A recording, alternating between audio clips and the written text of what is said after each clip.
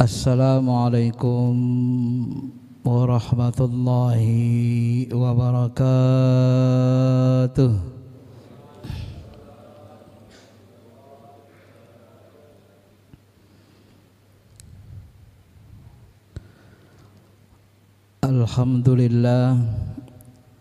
Alhamdulillahilladzi an'amana bi ni'matil iman wal ihsan.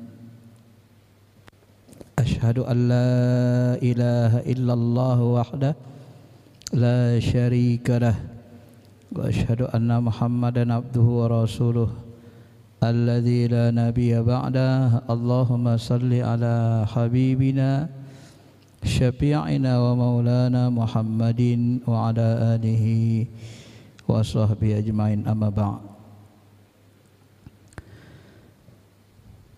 Ma'asyiral muslimin, Bapak Ibu yang dirahmati Allah Subhanahu wa taala, mari sama-sama kita mensyukuri nikmat yang Allah berikan kepada kita, nikmat kesehatan, nikmat ilmu, kelapangan waktu, nikmat-nikmat kemudahan-kemudahan, dan segala nikmat-nikmat yang telah Allah berikan kepada kita semua. Mudah-mudahan dengan syukur kita ini Allah jadikan sebagai alat atau asbab kita digolongkan kepada hamba-hamba ibadih syakirin, hamba-hambanya yang pandai bersyukur. Ma'asyiral muslimin, Bapak Ibu yang dirahmati Allah, sebentar lagi kita dihadapkan kepada dua amalan, yaitu amalan haji dan kurban yang kita kenal dengan Idul Adha. Id artinya kembali, Adha adalah berkurban, ya, kembali kita melakukan pengorbanan. Maka pagi ini, subuh ini kita mau membahas hakikat ibadah haji dan kurban ini, ya, baik dari sisi hikmah maupun dari sisi tasawufnya, dalamannya.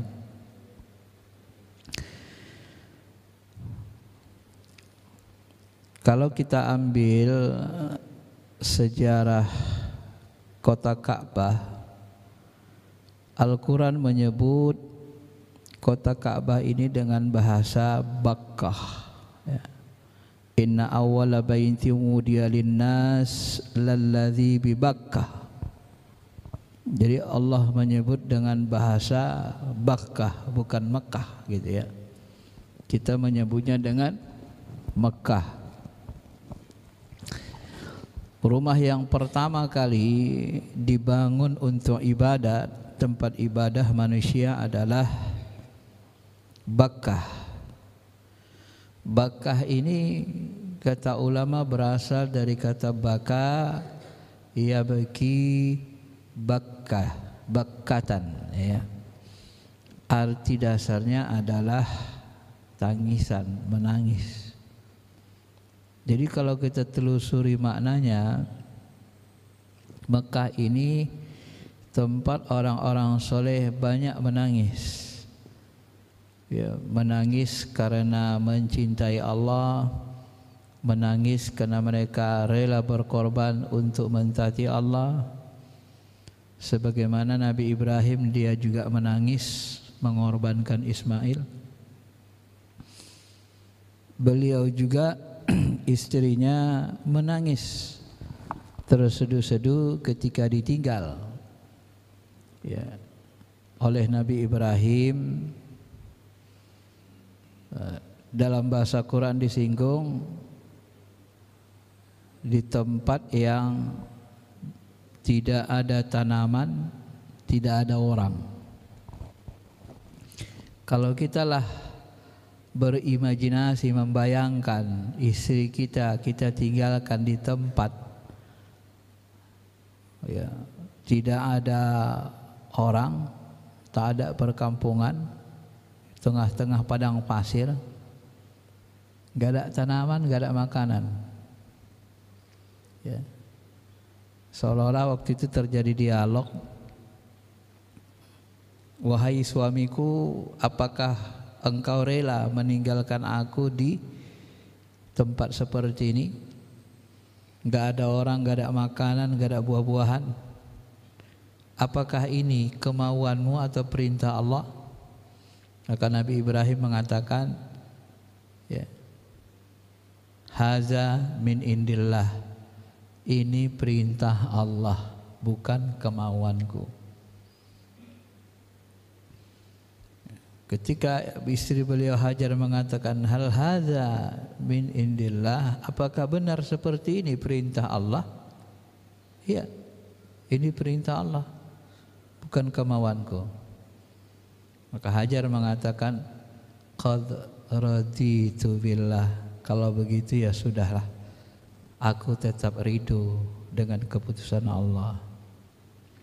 Kalau beliau menangis ditinggal, dan Nabi Ibrahim pun menangis, meninggalkan Ismail yang masih bayi dengan istrinya. Sampai beliau berdoa, ya, Rabbi inni askantu zurriyati, ya Tuhanku, aku telah menempatkan anak cucuku, ya, di satu tempat, bi ghairi wadin wala zar'in, di tempat yang enggak ada orang, enggak ada tumbuhan, enggak ada makanan. Agar apa? Liyuqimus shalah, agar mereka mendirikan salat, agar mereka menunaikan perintahmu.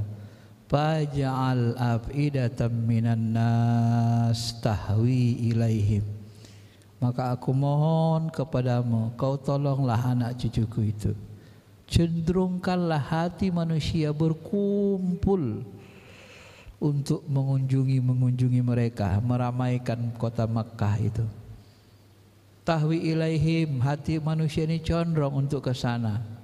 Warzuqhum, kau bantulah mereka Tuhanku, berikanlah mereka rezeki dari buah-buahan, minas samarat, dan seterusnya.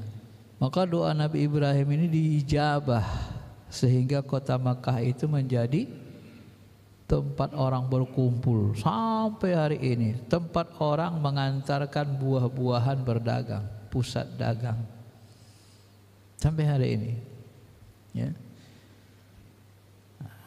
Kata ulama, sebenarnya Mekah ini, Ka'bah ini dulu awalnya dibangun oleh Nabi Adam ketika diturunkan di Jabal Nur itu, ketemu mereka di Jabal Nur yang sekarang jadi artefak sejarah, ya. Nah, ketika diturunkan bertemu mereka di sana Jabal Nur, menurut sebagian ulama, kalau kita haji dan umrah kan sering naik ke Jabal Nur itu, kunjung.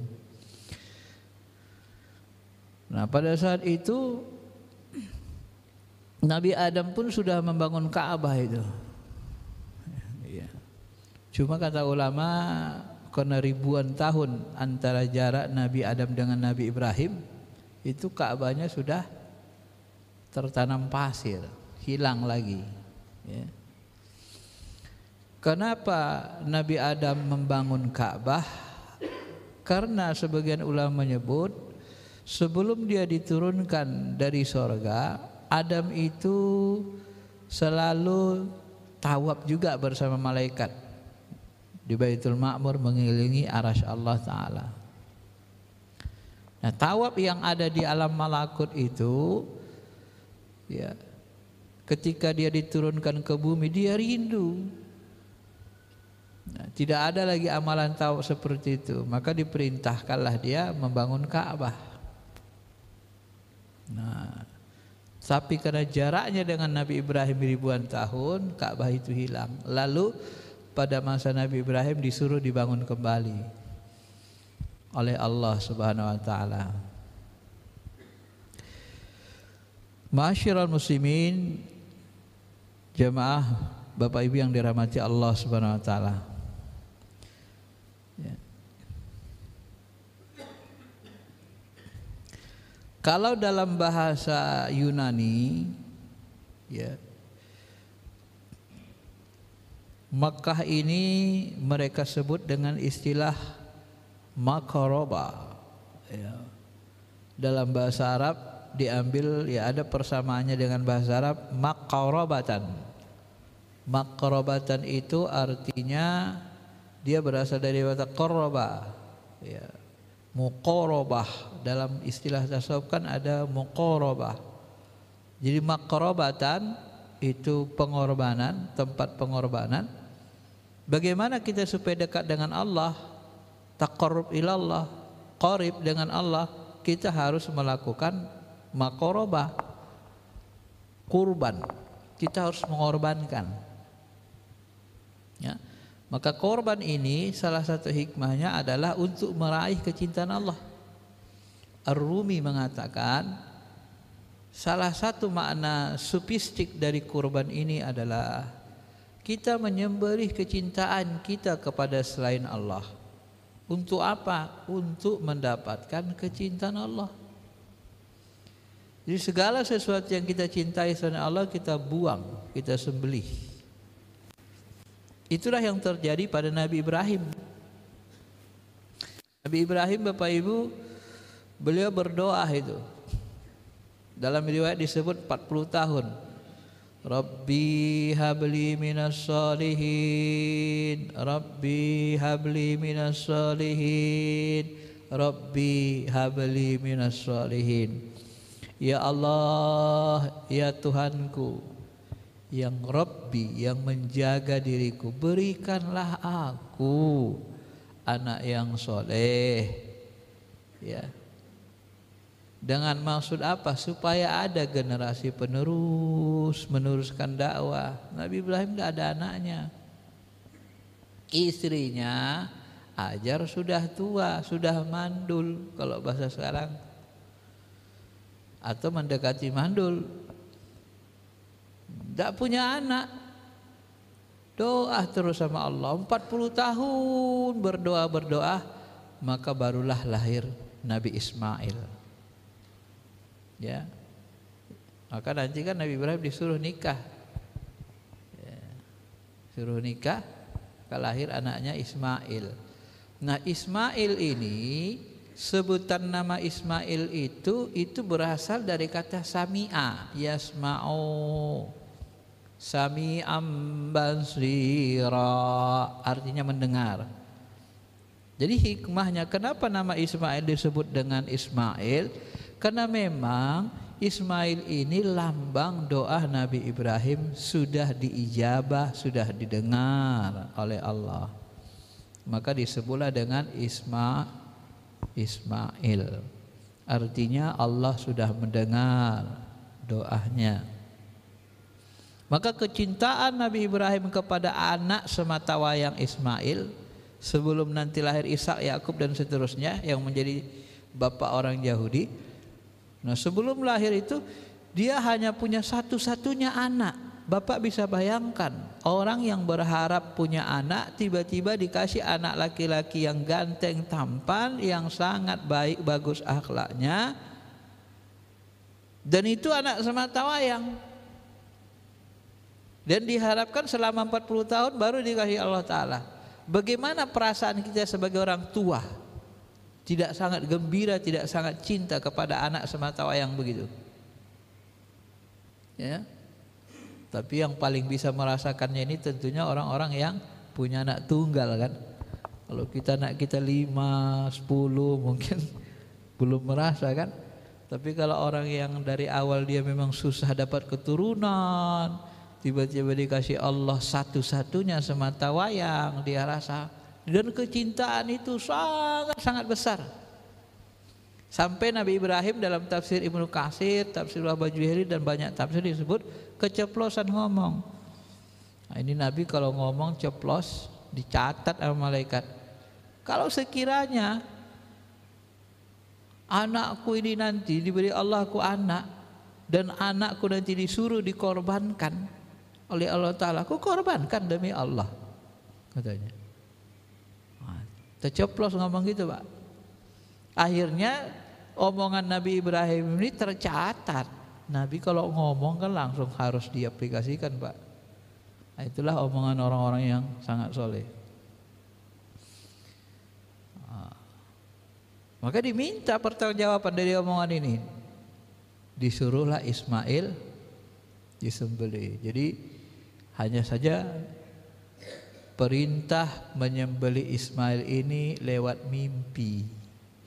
Lewat mimpi, inni ara fil manam anni azbahuka fanzur maza tara. Dan mimpi ini berulang sampai 7 kali. Maka dari sinilah nanti ulama menganggap ya mimpi orang-orang soleh itu bisa dijadikan sebagai petunjuk, tetapi harus dibuktikan.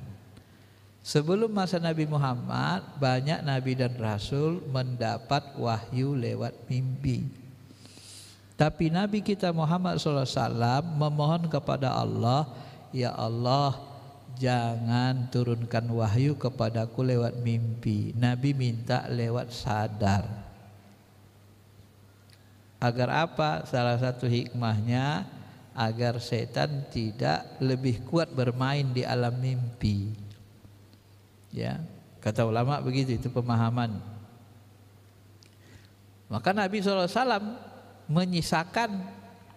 memesankan kepada kita, mimpi orang soleh itu adalah satu bahagian dari 40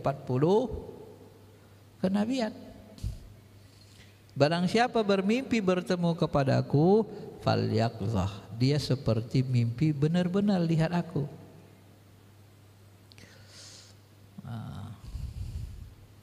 Ini mohon maaf nih, ada sebahagian jemaah kita yang sangat-sangat keras, yang saya temui bukan di sini, tempat lain. Dia itu mengatakan khurafat ketika ada ulama besar melihat ruhani Rasul dalam keadaan yaqzah, jaga begini. Nah, ini rata-rata kalau enggak mendalami ilmu tasawuf begitu. Di antara sebagian saudara kita tuh Habib Umar misalnya, Umar bin Hafiz, atau misalnya guru Sukumpul, itu kadang-kadang dikasyafkan Allah melihat ruhani Rasul. Langsung lihat ruhani. Saya dulu sebelum mendalami ilmu tasawuf tarikat, demi Allah saya pun tak percaya yang begini-begini. Tapi setelah saya belajar pelan-pelan bertahun-tahun ilmu tarikat ini, alhamdulillah saya pun pernah mengalami. Nah, kalau pernah mengalami, bagaimana saya mau tak percaya? Saya sendiri ngalami. Pada saat antara tidur, antara sadar dan tidak sadar. Saya mohon maaf, ini terpaksa saya ceritakan, ya mohon maaf lah, percaya nggak percaya silakan. Pada saat kita berzikir satu waktu, memang kita merindukan Rasul, merasa sangat dekat kepada Allah. Pada saat kita berzikir antara sadar dan tidak sadar, nah itu tangan kita ditarik, yuk kita pergi. Lalu hati kita bertanya, ini siapa yang ngajak pergi? Itu Rasulullah. Jadi seperti nyata berfisik gitu. Tapi itu tadi kita ngelihatnya pakai ruhani. Maka Nabi Khidir itu pun begitu.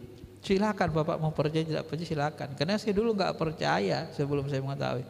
Nah inilah nanti dianggap oleh khurafat orang-orang yang tidak mendalami ilmu tasawuf. Maka secara saya sering mengatakan, kalau ini nganggap ketinggian Bapak ya gak usah terima saja, anggap saja ini bunga-bunga ilmu. Sampai Bapak nanti yakin, sampai Bapak belajar benar-benar yakin baru Bapak percaya. Kalau enggak Bapak ngalami gak usah Bapak percaya, enggak ada yang nyuruh Bapak percaya yang begitu. Ya. Sampai Bapak nanti punya ilmunya baru Bapak percaya, buktikan saja. Kalau sudah terbukti baru percaya, silakan. Karena tidak ada tuntutan kewajiban kita untuk percaya dengan ilmu seperti itu. Ya. Cuma kita, kalau bahasa saya, ya janganlah sampai mengkufurkan. Wah, itu ulama kurapat, itu ulama sesat. Jangan, Pak.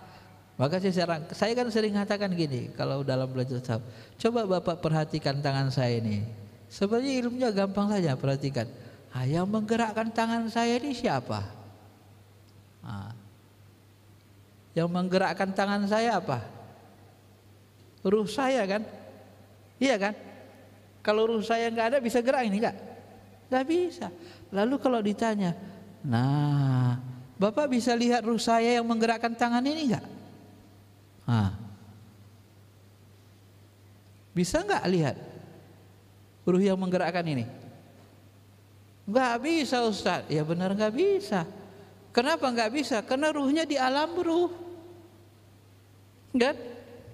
Ruhnya bukan berfisik seperti gini. Loh, kalau begitu alam ruh itu mana? Ya ini, balik ruang kosong ini. Jadi sini-sini aja alam ruh itu. Kita setiap saat, setiap detik bersama ruh kita, tapi kita tidak mau mengenalinya. Kebanyakan orang merasa alergi untuk mengenali ruh dirinya sendiri pun dia nggak mau, kan lucu sebenarnya kan. Nah, kalau Bapak nanti memandang pakai ruh yang tak kelihatan mata itu, diperlihatkan Allah, ya terlihat seperti berfisik. Ya. Tapi tentu saja ulama-ulama itu tentu saja bertingkat-tingkat keilmuannya, kewaraannya, kekhasannya. Itulah yang kita kaji kemarin. Syekh Abdul Qadir Jilani itu mengatakan akal itu 4 lapis. Akal ma'asyi, ma'adi, ya, akal ruhi, akal kulli. Kalau kita masih di akal ma'asyi, akal ma'adi, ma'asyi atau ma'adi, jangan paksakan untuk meyakini akal ruhi. Gak bisa, dalam agama itu gak bisa. Memang kita selalu buat beda pendapat tuh begitu. Kalau di kelompok sebagian saudara kita akalnya ma'asyi, jadi dia syariat saja. Ketika ada ulama yang menjelaskan di level akal ruhi, memandang Rasul, ruhani Rasul dengan mata hati diperlihatkan oleh Allah Ta'ala, dia nggak percaya dan nggak bisa percaya. Ya saya juga begitu, lama butuh bertahun-tahun untuk mempercayainya itu, sampai kita sendiri yang ditunjukkan Allah. Lama bertahun-tahun kita nggak percaya kita bisa berkomunikasi dengan alam ruh. Loh, alam ruh itu kan cuma di sini. Setengah mati saya cari, buku saya ribuan, saya cari tentang ruh.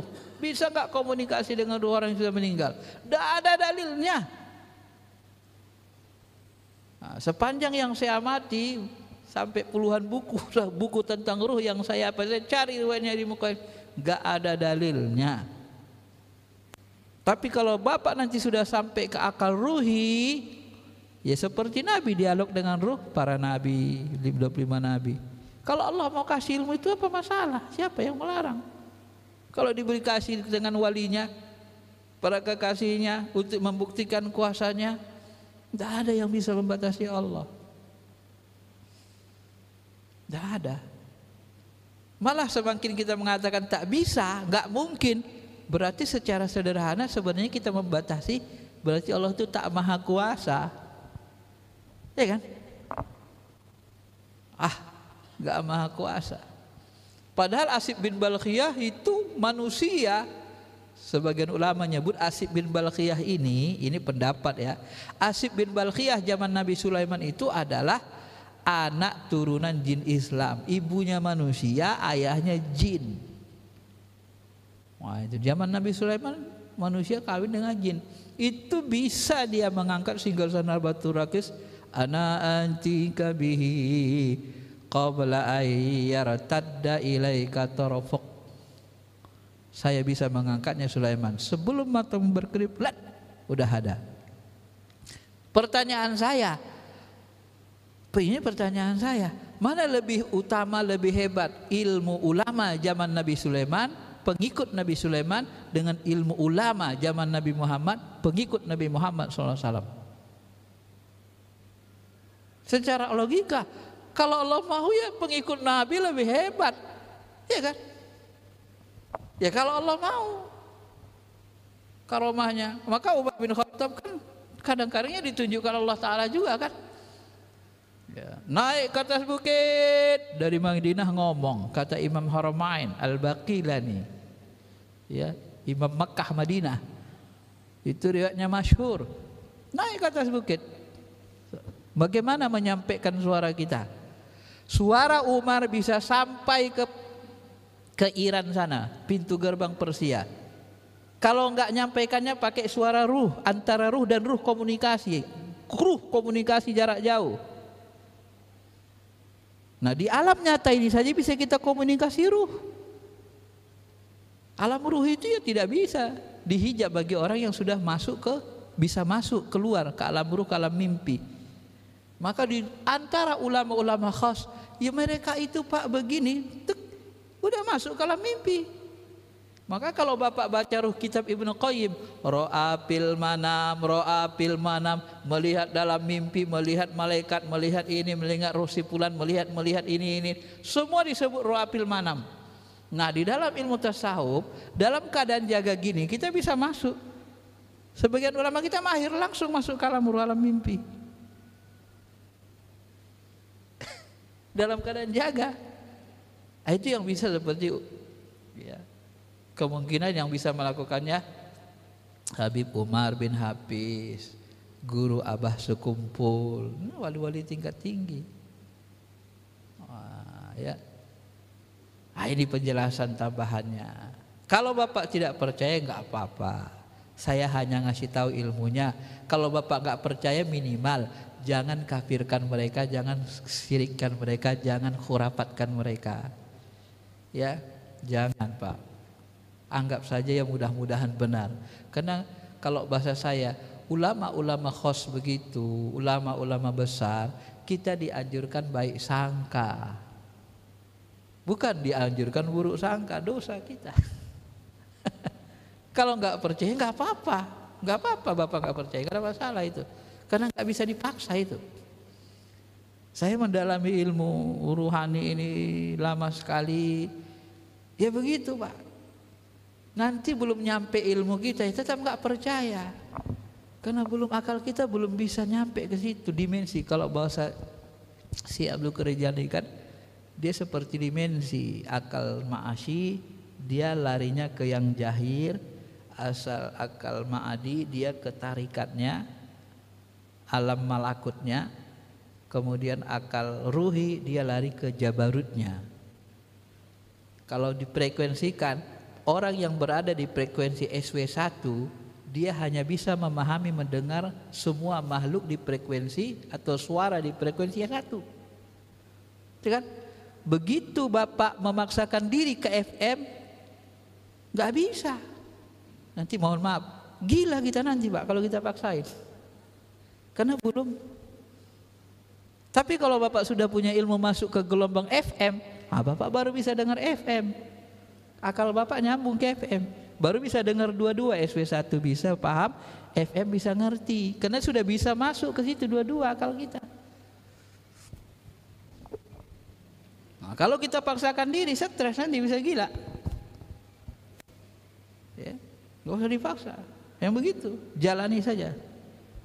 Belum tahu, belum percaya, ya baik sangka aja kita kan ulama. Nah, itu semua guru-guru saya begitu Pak, yang saya pelajari dari guru-guru. Maka mereka itu sama murid itu paham, nggak mau memaksakan diri. Dikasih ilmu ya bertahap. Ya mohon maaf. Anak SD, ketika anak SD kita ajari apa? Baru kita ajari mengenal angka. Ini angka 1 angka 2.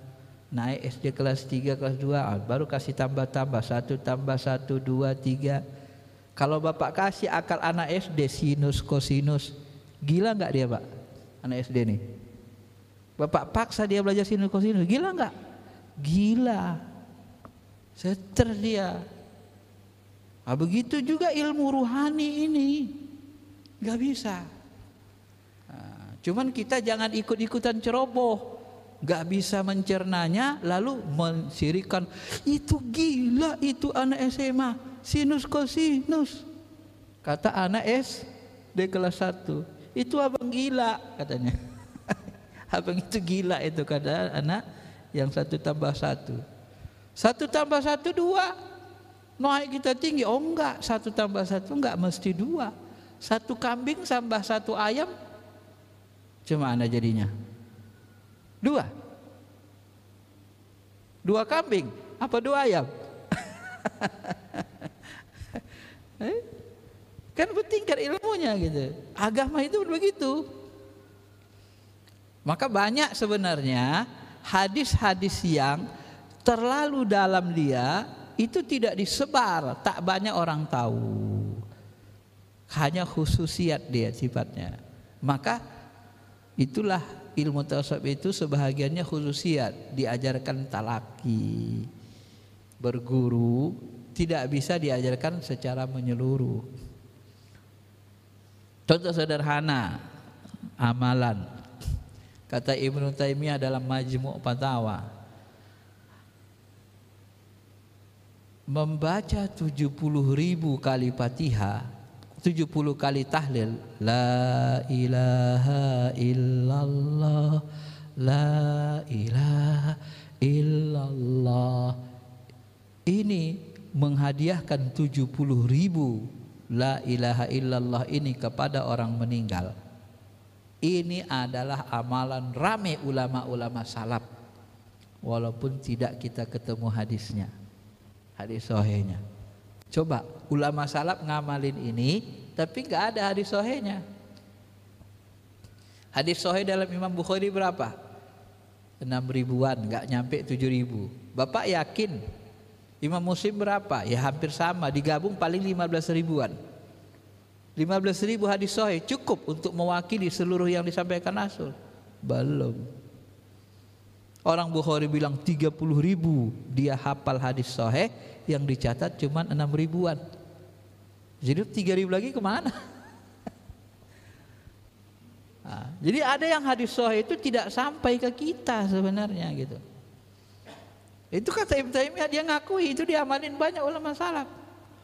Kenapa ini tidak sampai? Ini dugaan kita. Kemungkinan ini Pak, kemungkinan ya, kalau nanti disampaikan ilmunya ini secara ilmu rahasia begini kepada orang ramai, kemungkinannya apa?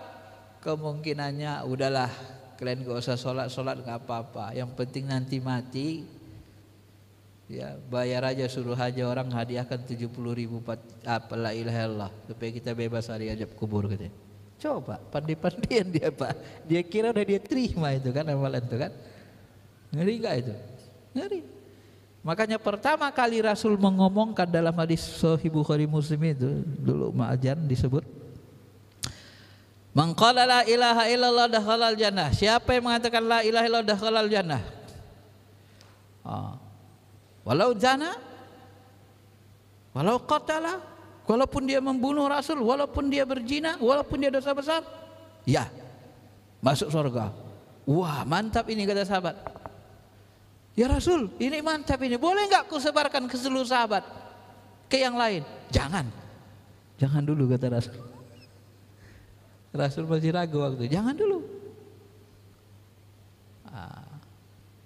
Tiba-tiba baru Rasul katakan, ya sudah sampaikanlah katanya. Udah ada perintah Allah sampaikan. Bayangkan, ini kalau disalahpahami kan gawat Pak. Benar? Ada sebagian begitu ilmu itu gitu.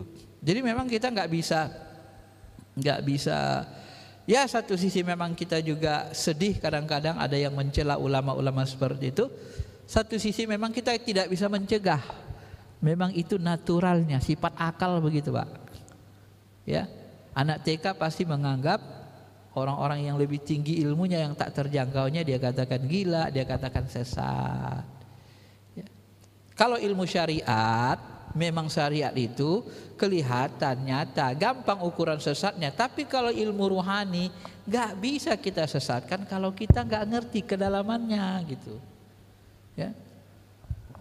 Ilmu syariat yang kita sesatkan, kita percaya sesat, ya gampang. Misalnya, ini misalnya saja, ada orang mengatakan, oh imam saya dalam berhukum, imam mazhab saya adalah Soekarno. Nah, ini kan sesat sebenarnya. Kalau dalam berhukum, hukum Islam, mana pula imamnya Soekarno? Iya kan? Akal kita kan gampang mencerna. Bapak kalau berobat THT, dokter gigi atau dokter kandungan atau dokter THT? Hah? Ya dokter THT.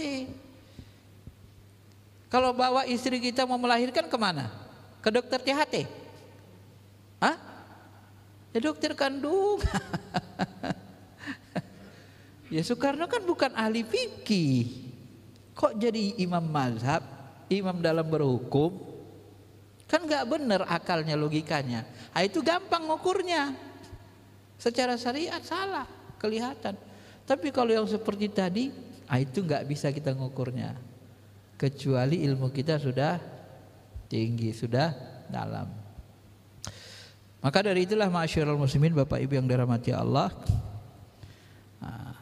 sampai saya juga mengatakan, coba pahami baik-baik. Kata Nabi, apabila kamu mendengar ayam berkokok di subuh hari, kuku-kuku, ketahuilah dia itu sedang melihat malaikat. Maka mintalah rahmat kepada Allah. Coba Bapak pahami baik-baik. Benarkah ayam mampu melihat malaikat? Benar. Kenapa kita percaya? Ya Bi yang ngomong, kan gitu. Lalu benarkah wali-wali Allah itu tidak mungkin melihat malaikat? Sedangkan ayam mungkin? Pakai akal nalar sehat saja, sederhana. Bapak yakin gak kemampuan melihat ayam lebih tinggi daripada manusia? Hah? Gak yakin kita, Pak. Jadi kenapa kita sesatkan kalau ada ulama melihat malaikat, ulama khos? Itu kan masalah. Makanya sebenarnya karena ilmunya belum dibukakan saja. Baik, itu penjelasan tambahan dari ini. Kita kembali kepada ini, Bapak Ibu yang dirahmati Allah Subhanahu wa taala.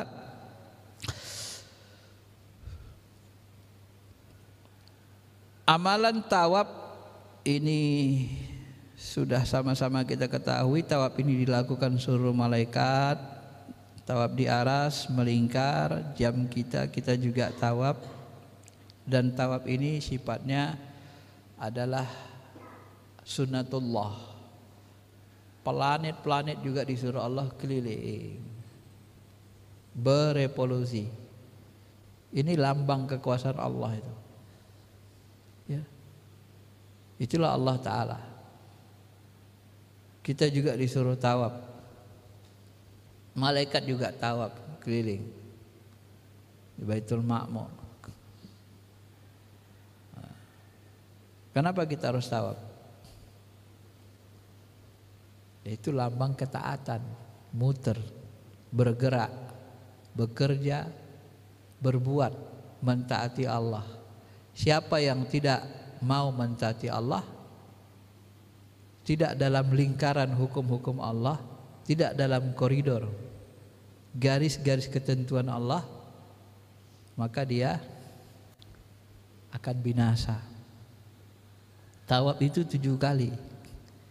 Sebagian ulama tasawuf membuat dimensi alam itu ada 7 kalau diurai lebih rinci.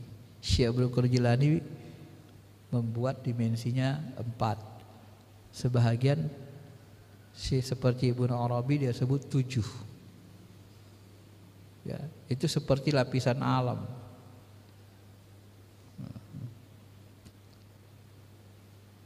Langit itu ada 7. Kalau dalam bahasa ilmu langit, ilmu umum, setiap langit itu ada fungsinya. Lapisan udara itu kan ada 7 ya. Maka setiap lapisan udara itu ada fungsinya. Ada fungsinya lapisan udara itu. ini buat ini. Kalau untuk mengantarkan gelombang, ya katanya ada lapisan ionosfer. Itu masing-masing ada, Pak. Nah, di lapisan ini itu tidak bisa masuk ke lapisan ini karena fungsinya beda. Kira-kira gitulah tadi alam itu. Kira-kira begitulah akal itu. Ya. Maka kalau kita mau memahami yang ini harus masuk dulu kita ke dalam. Baru bisa kita paham. Kalau kita mau tahu isi rumah orang, masuk dulu kita ke rumahnya, baru kelihatan semua. Jadi ketika dia cerita, aku di rumahku itu TV-ku ku taruh di sini gini, ini ku taruh di sini. Kita sudah terbayang. Oh iya, aku dah tahu kita. Tapi kalau nggak masuk ke dalam, TV saya di ruang ini, nggak bisa kita kebayang belum. Nah, kira-kira gitulah ya. Masyiral muslimin, Bapak Ibu yang dirahmati Allah Subhanahu wa taala, maka tawab ini selalu dilambangkan dengan aslam. Aslam itu menyerahkan diri, patuh, taat. Apa ghairu dinillah yabun? Apakah kamu tidak memperhatikan apakah mereka mencari agama yang lain dari agama Islam? Padahal padanya lah menyerahkan diri, tunduk, patuh siapa saja yang di langit dan di bumi. Nah, gitu kan. Gitu. Dalam ensiklopedia Amerika disebut, sekiranya orang Islam berhenti melaksanakan tawaf, maka akan terhentilah perputaran bumi. Karena rotasi dari superkonduktor berpusat pada Hajar Aswad. Nah, Bapak Ibu yang dirahmati Allah Subhanahu wa taala, seperti almarhum Profesor Ajrah. Lagi kuliah tiba-tiba ada orang azan, Allahu Akbar, Allahu Akbar. Berhenti dulu. Kita jawab azan. Dah jawab, sudah berhenti, ternyata di sana baru azan. Ya. Udah, yang sana kita nggak usah berhenti katanya. Kenapa? Karena azan itu hampir tiap detik ada. Katanya. Kalau dikelilingi bumi ini azan terus orang, sholat terus. Kenapa? Waktunya kan beda-beda kita, Pak. Ya kan? Jalan waktunya. Jadi dunia ini dipenuhi dengan ibadah terus bergilir dibuat Allah Ta'ala. Jadi orang ibadah itu tiap waktu ada. Berdasarkan waktu zuhur, kita zuhur nanti sana belum. Selesai zuhur kita daerah ini sudah zuhur. Kemudian zuhur lagi sana terus lagi. Ya bumi itu seperti itu. Jadi tidak pernah berhenti dari beribadah kepada Allah Subhanahu wa taala. Masyiral muslimin, Bapak Ibu yang dirahmati Allah. Nah, kemudian ihram, apa makna hikmah dari ihram ini? Ihram ini dilambangkan dengan pakaian putih bersih, tapi enggak berjahit. Nah, artinya kita dulu datang dari alam ketuhanan, alam ruh itu sebenarnya dalam kondisi suci bersih. Kalau Nabi membahasakan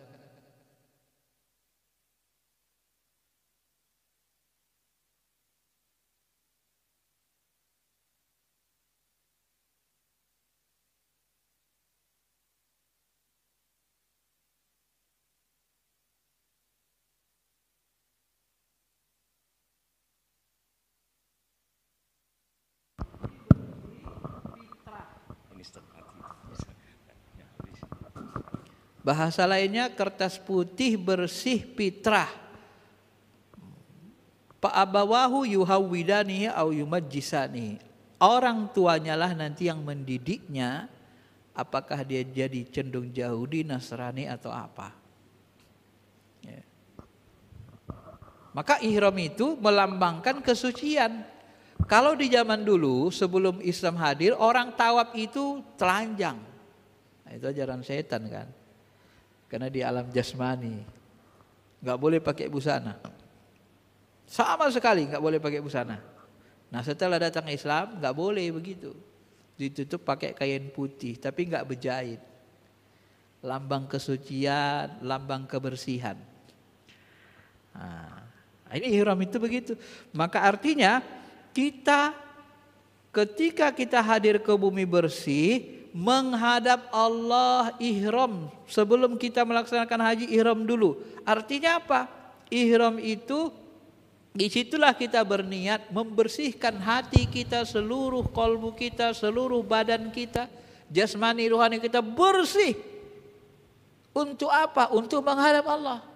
Karena hanya orang-orang yang bersih kalbunya, jasmaninya, baik jasmani rohani, baik syariat maupun hakikatnya bersih seperti itulah yang bisa merasakan kenyataan Allah. Tetapi kalau kalbu kita tidak bersih, maka kita tidak akan mampu merasakan kenyataan Allah dengan sebenarnya. Maka kebersihan kalbu itu sangat dicintai Allah. Apa bahasa Tuhan? Innallaha yuhibbul mutatahhirin. Allah mencintai orang yang mutatahhirin. Innallaha yuhibbut tawwabin. Allah mencintai orang yang taubat. Di situ disebut tawwabin. Ya. Tawwabin itu apa? Orang yang berkali-kali taubat, yang terus-menerus taubat. Terus-menerus istighfar mohon ampun. Maka dia bertaubat, tawwabin. Jadi tawwabin berkali-kali berterusan taubatnya. Nah, jadi taubat di situ banyak. Maka Nabi istighfar kan 70 kali, 100 kali. Dan memulai perjalanan itu harus dengan kebersihan. Kebersihan itu dimulai dari taubat. Kalau tidak bersih nggak bisa kita nyampe. Maka ketika ada teman saya bertanya kepada masyaikh salah satu guru kita, Syekh, bagaimana kok bisa dipandangkan Allah itu? Alam ruh, alam malakut, kenapa bisa terpandang? Nggak ada kuncinya kecuali kolbu kita harus bersih. Kalau kolbu kita benar-benar bersih, kosong, memandang dengan pandangan Allah, barulah terpandang itu. Allah pandangkan. Tapi kata Imam Syafi'i nggak mungkin. Siapa mengaku bisa lihat jin, maka dia pakai jin. Ya, mana ada orang-orang yang masyair dipandangkan Allah alam jin dia ngaku-ngaku. Aku bisa lihat jin, aku bisa, nggak ada. Kenapa? Karena dia dipandangkan Allah. Kalau Allah yang mandangkan, bukan kita. Ya kalau kita ngaku-ngaku, itu kita berarti pakai jin. Kalau dalam tarikat nggak ada ngaku-ngaku, aku bisa ini bisa, nggak ada itu. Itu kita dipandangkan.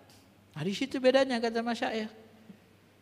Ya, maka ada jemaah bertanya penasaran, Syekh kenapa bedanya orang yang bisa mandang itu? Ya ada yang bisa ngaku mandang, ya pakai jin ngaku-ngaku. Itulah yang kata Imam Syafi'i tadi. Nah, dia harus tahu siapa yang memandangkan itu, harus kenal dia. Nah, kalau dia tidak kenal, itu biasa pakai jin. Nah, harus tahu dia siapa yang memandangkan itu. Ruhnya kah? Malaikat kah? Allah Ta'ala kah? Nah, jadi kita itu yang dipandangkan, bukan memandang dengan kemauan. Tidak bisa. Maka kasyaf itu nanti berbeda-beda. Maka kita memandang Allah pun pakai ruh. Baru terasa nyata Allah itu. Kenapa? Karena Allah itu dimensi ketuhanan itu lebih halus. Tidak hanya di alam nyata, tapi tersambung ke alam-alam yang lebih halus. Maka kalau bisa kita menembus alam-alam ini dengan kebeningan hati, maka kita akan melihat Allah itu baik yang batinnya, huwa zahir, maupun yang nyatanya. Nah, kita akan melihatnya.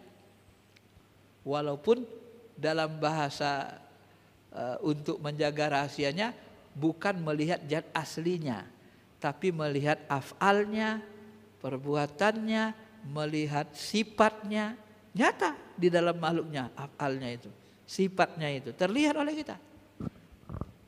Karena kebeningan hati tadi. Nah, maka ihram itu harus bersih, menghadap Allah itu harus bersih, nggak bisa enggak. Ya itu sudah disebut harus ihram. Sa'i ini melambangkan usaha kerja keras. Ya. Dan yang terakhir yang kita bahas adalah korban. Kalau saya membahasakan korban ini adalah lambang cinta tertinggi. Dari semua yang kita cintai dalam kehidupan kita apa? Pasti anak kita yang paling kita sayangi. Khususnya anak laki-laki.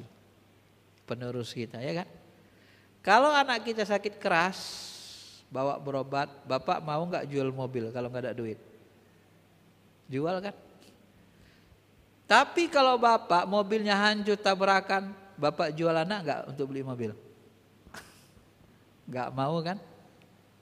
Nalui kita mengatakan yang paling kita cintai bukan mobil, bukan harta, tapi anak. Maka Ismail itu lambang kecintaan tertinggi yang dimiliki manusia selain Allah, dan dia harus disembelih, dibinasakan kecintaan itu. Karena Allah itu tidak mau diduakan. Allah itu tidak mau disyirikkan dalam kolbu. Tidak akan terdapat satu kolbu, dua cinta, kata Quran. Tidak akan mungkin terjadi satu hati, dua cinta. Itu enggak ada. Tuhan enggak nerima itu. Sehingga nanti sebagian masyayikh mengatakan, maka kita hidup ini tidak boleh mencintai selain Allah dan Rasulnya. Dan bagaimana dengan anak istri? Masa enggak boleh cintai? Sebenarnya tidak boleh. Yang boleh bagi anak istri itu disayangi dan ditanggung jawabi. Sayang, tanggung jawab. Cinta hanya buat Allah. Meninggal anak istri, kita tetap taat. Tidak stres, tidak putus asa, tidak menjadi jahat. Kenapa? Karena cinta kita, hati kita bergantung kepada Allah, bukan bergantung kepada makhluk yang mati. Nah, dirincikan ulama begitu. Ya. Oh, boleh juga nyentuh Ustaz cintanya, tapi cintanya sekedarnya. Boleh aja. Isma cita wahbib man syi'ta. Cintailah siapa yang kamu sukai, tetapi sekedarnya saja. Ada yang memahami gitu. Jadi membahasakannya, memahaminya yang sedikit berbeda, tapi hakikatnya sama. Ma'asyiral muslimin, Bapak Ibu yang dirahmati Allah Subhanahu wa taala. Maka kurban ini di samping juga dia menyembelih rasa cinta kita seperti kata Rumi, juga kata ulama tasawuf, kurban itu menyembelih sifat-sifat hewaniah, sifat-sifat hawa nafsu kita. Kenapa? Karena itulah yang menghalangi kita untuk menyaksikan Allah, menghalangi kita untuk menuju taat kepada Allah. Apa itu? Sifat kebinatangan jiwa kita, sifat hawa nafsu. Nah, ini termasuk hal yang paling diperhatikan oleh ulama tasawuf. Sifat kebinatangan, sifat hawa nafsu. Kenapa kita sembelih, kita hancurkan? Supaya yang merajai diri kita sifat kemalaikatan. Nah, begitu dia. Jadi tidak sifat binatang lagi. Baik, saya kira saja karena sudah pas jam 6.